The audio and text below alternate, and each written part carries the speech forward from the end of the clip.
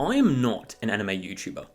Heck, I'm not even a YouTuber in general. Neither do I want to be. I'm just a regular dude that saw that new ReZero Season 4 opening drop, and I'm hype as all hell for the next season. So I thought I'd record my thoughts and theories and analyses from this new opening, from an anime-only perspective. ReZero is one of those shows that are just packed full of so many small details you might not pick up on first watch. I swear, every single rewatch of this show, I like it more and more, because I think of something in a way I didn't the first time, or I notice a new bit of foreshadowing, or I pick up on some interesting characterization that I didn't realize was there. I notice a name being mentioned way earlier than it becomes relevant. And that's without mentioning that the show is just damn good on its own. It might just be one of the best presented fantasy worlds just in general, let alone isekai. And the characters, damn are they interesting and well written. All the hardships and the horrors they go through make all the victories feel even more worth it. It's just a good show. Easily in my top 10 favourite shows of all time, not just anime. I like it so much that during one of my rewatches, I genuinely thought it may have just been my favourite show of all time. And then Takabe's original Sin came out, but hey, second, third or fourth place is still high praise. So safe to say I'm excited for the new season. I want to see what happens next, so the opening will give us a good taste of that sort of vibe to expect for the next season. And I want to scrub through it to see if there's any small details we can pick up on that might be good to keep in mind when we actually go into the new season. And maybe we can even come up with a few theories. Oh, and one last disclaimer that is really important to mention. The only trailer for Season 4 I've watched is the very first one with Subaru and Emilia walking into a bar in the desert. I'm 4 seasons into a show I really like. I don't really need any more convincing to keep watching. I can, however, pull a lot of assumptions from the various key visuals, which I have seen because they're kind of hard not to, and it very much seems like my assumption for the premise of the next story arc is correct, that we're finally getting a Rem retrieval arc, so to speak. It just seemed obvious that's where the story would be going, since we got that brutal cliffhanger at the end of the last season. The Archbishop of Gluttony needs to go, and it needs to go as soon as possible, and Rem being apparently present in this season, just going on the adventure with the squad while she's still a vegetable, makes it super obvious that they're at least trying to do something with Gluttony. And these key visuals also seem to show what I'm guessing will be the entire cast for this season, which has cut back a significant amount from Season 3, though it also has a really fascinating addition with Meili of all characters, which is really crazy. And random fact, but for the longest time I thought Anna Rose, that insanely tertiary character from Roswell's Second Mansion, was actually Meili but being forced to be nice and polite or whatever. That's not true, obviously. I found out that was a very false assumption, but anyway. It's funny though, because given that she's just hanging out with the gang in this KV, that idea might actually be a reality. And there's also new characters like this brown-haired chick with what almost looks like nuclear symbols on her eyes, who is apparently called Shala, or however you pronounce it. And this redhead person who is probably going to be really important. So yeah, going into the season, all I know will be the first trailer, the key visuals, and this opening, and whatever I'll be able to glean by analysing this opening. A lot of this video will be an off-the-cuff rewatch / analysis because I feel that if I actually try and really think deeply about what I'm seeing or come up with any actual solid theories, I'll spoil the entire season for myself. So yeah, this will just be a quick rewatch. So let's get to it. Alright, let's analyse this. I've only watched this once, so it'll be interesting going back through it again. Let's see. So they're showing scenes of the show, obviously. Actually, this tree, at first I thought, it's just a regular sort of representation of growth or whatever, but no, this actually might specifically be Flugel's tree. Which if they're showing that in front of Subaru, then, well, there's a lot of theories about how Flugel might be Subaru or something like that, because it was a small Easter egg back in Season 1, where they showed some Japanese writing, but if you're not Japanese, you're not going to notice it, but it was like engraved into the tree. I think it said Flugel was here, so this could be like further confirmation for that, but let's get going. I don't even remember what this opening looks like, so we'll have to look through it again. So yeah, it's clearly showing the gang in a desert of some kind, with Rem obviously as a vegetable still. So again, Rem retrieval, it seems like it's happening, okay? It just seems like it. Meili, okay. Why? Why are they bringing Meili of all characters? Is it because... No, I really don't understand why. And also, like, why is she buddy-buddy with everyone, huh? What's the deal with that? She was able to control Ma beasts, so... Or, like, witch beasts, I think are the proper translations, because Ma beasts mean, like, Mao or whatever, and that means evil in Japanese, I think? I don't know the exact terminology, but why Meili? I'm still stuck on that. Whenever I first saw Melee in the first key visual, I'm like, why are you here? See, I mistakenly thought. See, at first I mistakenly thought she was Anna Rose, and that's the whole thing. But then I thought she was dead. But no, she's still alive, but she's just with the game. I guess she might be the handler for the Grand Dragons, maybe. But okay, but that's the whole thing. I'll talk about that way later. But yeah, they're clearly going somewhere, and so maybe. See, gluttony is a very interesting thing to deal with because they steal memories. So keeping track of where they'd be, I'd imagine would be something that'd be lost in legend. So I'm guessing that. See, there's 3 pillars, so there's 3 gluttonies, so maybe this is related to gluttonies, and so these towers are like a legend for them, maybe? I don't know, there's so many other ways. Yeah, this Anastasia thing, I'll mention that later, because I got spoiled about it, so I'll mention that later, but yeah, it just needs to be characters. And really good animation this opening as well, just really good, but, and also Amelia also looking really good, but that's another thing entirely. Julius. Oh. Crazy cliffhanger last season with you losing your memories. Okay, there's the gluttonies. So yeah. I actually forgot these were in the opening, but now they are in the opening, yeah. It's definitely going to be REM retrieval stuff. And Julius memory retrieval, that's important too. Weirdly no Krush though. So does that mean we're getting REM's identity back and Julius's memories, or people's memories of Julius, but then Krush is just going to be an amnesiac for the rest of the show? That'd be crazy. I like the new outfit for Ram rather. I'm getting them confused already, but yeah, Ram. New character designs look great. Oh, okay. This must be the tower we saw earlier. Yeah, this must be one of the towers, and so maybe they're going there because that's how they'll like summon Gluttony or something like that. But Subaru's falling down it now. Well, actually, this could just be like a metaphorical thing. This might actually be real, but still really interesting though. Oh, it's like that imagery from the first opening where he just spots all his other selves.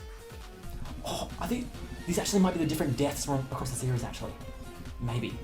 Because some of them are pretty normal, like they're just Subaru like bursting into. It's not quite blood color, it's actually a bit pinkish, like mauve almost. It's just all his old self because he's back in the jacket instead of this new outfit that he's clearly getting for the desert.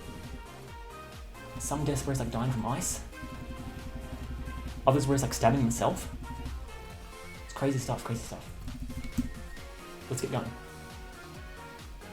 And again, yeah, just the animation in this opening just feels especially like almost shonen-esque. Because Re:Zero doesn't normally do animation like this, where it's like so focused on the just momentum and the choreography and stuff like that. But I guess this won't be choreography, but yeah. So it's interesting that they're going in this direction for this opening. Like it feels like it's like Sakuga for the entire opening, which is strange for Re:Zero. I wouldn't expect it out of that, and I don't know if it entirely fits, to be honest. But it's unique. It's unique at least. So yeah, now we're getting into the chorus bit with these sandworms which are on one of the key visuals, and I'm guessing that's just going to be nothing crazy. It's just going to be like the beasts of the land, and they're going to have to deal with it. Showing Julius fighting is interesting though. Maybe it's like proving his swordsmanship skills when everyone forgets who he is. Yeah. Amelia and Ram are fighting against him as well. See, some visuals and openings don't always line up one-to-one with what's actually happening in the show. So for all we know, Amelia could be in a completely different place. She could be, I don't know, she might be dealing with the Black Serpent or something crazy like that, but yeah. Is it too early to tell? Okay! Melee's on a Marbeast. This like rhino bear thing. Okay, so, but why though? See, I kind of get it now, but why do they need her? Is it because it's this dangerous of a place and they need other Marbeasts to navigate it? That could be it. Oh. Okay, yeah, these towers, let's... Okay! So... Okay, the background is clearly not from the show or anything like that. It's clearly just a regular, like, two-tone background, but... I think that's showing that this character is in the tower, maybe. So maybe the plot of the season is going to be them navigating across the desert to get to this tower, and then she's there, and that's where it goes into like the act 2 of the season. involving this character, which her eyes are really interesting. At first, I thought they were nuclear symbols, but they're just dots. Interesting. Let's get going. Yeah, crazy outfit. Interesting that she's not censored, because Capella was. Okay, this guy. Let's see this guy. Spider on my desk, Jesus Christ. Okay. Let's go. Let's look back at this guy. Oh my god. This is so scuffed, but we're doing it anyway. Okay. Oh, I wish I knew if there were like symbols in the show and they represented something. I don't want to say he's an Astria, but like red hair, it's the only thing I can go off. It might just be a new character, but maybe he's an Astria. I don't know what they like, some like Reinhardt's uncle or something. That's a dragon, like a natural dragon, like not a grand dragon, a dragon. Holy shit.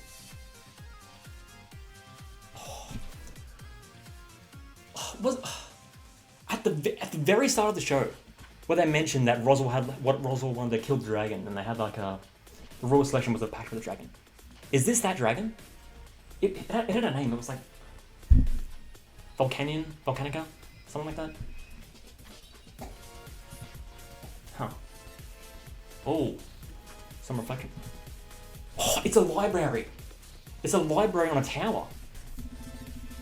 Oh my god, is this like some like Library of Alexandria to like the absolute extreme? Like, oh, okay, so there's this website called the Library of Babel, and in it you can like search up a sentence, and that sentence will just be in that website already, because it's a website with literally like any single bit of text you could think of because of how it's like generated. So is this gonna be like that? Do they have to go to this massive library that has like everything ever recorded? And that chick's there? Yeah, there's the scene of climbing the stairs. Oh. Okay, I think this is a similar sort of thing that we've seen in the Season 3 opening and I think the Season 1 first opening, where it shows Subaru just waking up from a restart, a return by death, and then he's just marching on. And I think this is that being brought to dark extremes, because oh my god. That's great. Oh, those characters. Like written characters. The signatures. These are either the animated signatures, and it's just a cool thing of getting them in the opening, or this is like signatures of characters in the show, and that's in that library.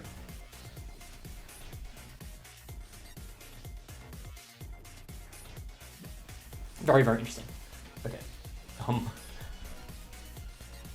It's not loading. Oh god, yeah. Okay, there's the logo. Was there anything else? I can't remember. Again, I've only watched this once, so I don't know what. Oh, that's Rem. That's Rem, isn't it? Yep. Oh, see, Rem retrieval, totally. We saw this in Season 3, Episode 16. We saw this when Rui first appeared on screen. There's like the space like inside the gluttonies that were like DNA strands or something. I don't know what it represents, but yeah, into Subaru's eyes. Oh, maybe it's like a memory world or something. Because yeah, how'd Subaru actually get there? Because I thought that was just like to show that Rui just came out of nowhere, but this may be actually an actual like physical pocket dimension that Subaru can go into. Are we gonna get some more like parent-child type of thing, where he's like going through memories? That'd be cool. Yeah. Well, that's it for the opening, so I'll leave it at that. This was a really interesting watch. Really, really fascinating. I could probably be here for days and days theorizing about every single frame of this video, but the next season starts literally tomorrow, so I think I should wrap it up. Now, you might have noticed that there was one glaring part of the opening that I didn't analyze, because that's actually because it was a part that I unintentionally spoiled myself on. Because I did not know this, but apparently there's stuff from the Arc 5 web novel that got shifted into Arc 6, which will be Season 4. So I was listening to an audiobook of the web novel version of Season 3, aka Arc 5, and then I just started going, I don't remember this? Before getting hit with a mind-blowing massive spoiler involving Anastasia that made me go, Okay, so who knows what else they'll spoil? I'll just stop here before things get even more spoiled for me. So yeah, there's something involving Anastasia that gets revealed in the web novel Arc 5 that I believe was also shown here in the opening. So I'm not theorizing on that because, well, I literally already know. But apart from that one thing, I'm basically going in blind and spoiler free for the next season, so yeah, real exciting stuff.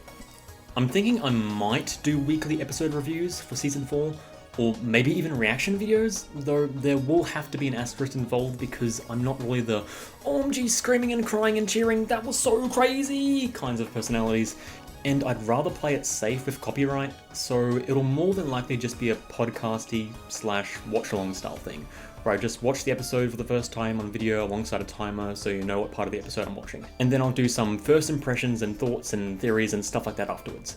Might not do it, but it is an idea I'm having for something fun to do in the coming weeks. Don't know how good at it I'd be since it's been a long time since I've done anything close to live commentary or something, but if you like the sort of vibe of the analyses I just did, then maybe you would be interested. Well, that should do it for this video. Again, ReZero is coming back tomorrow, and the hype is absolutely real. Season 3 was excellent, and getting another 19 episode season so soon is an absolute blessing. So yeah, I won't take up any more of your time, so I'll catch you later and end the video. Gluttony needs to die.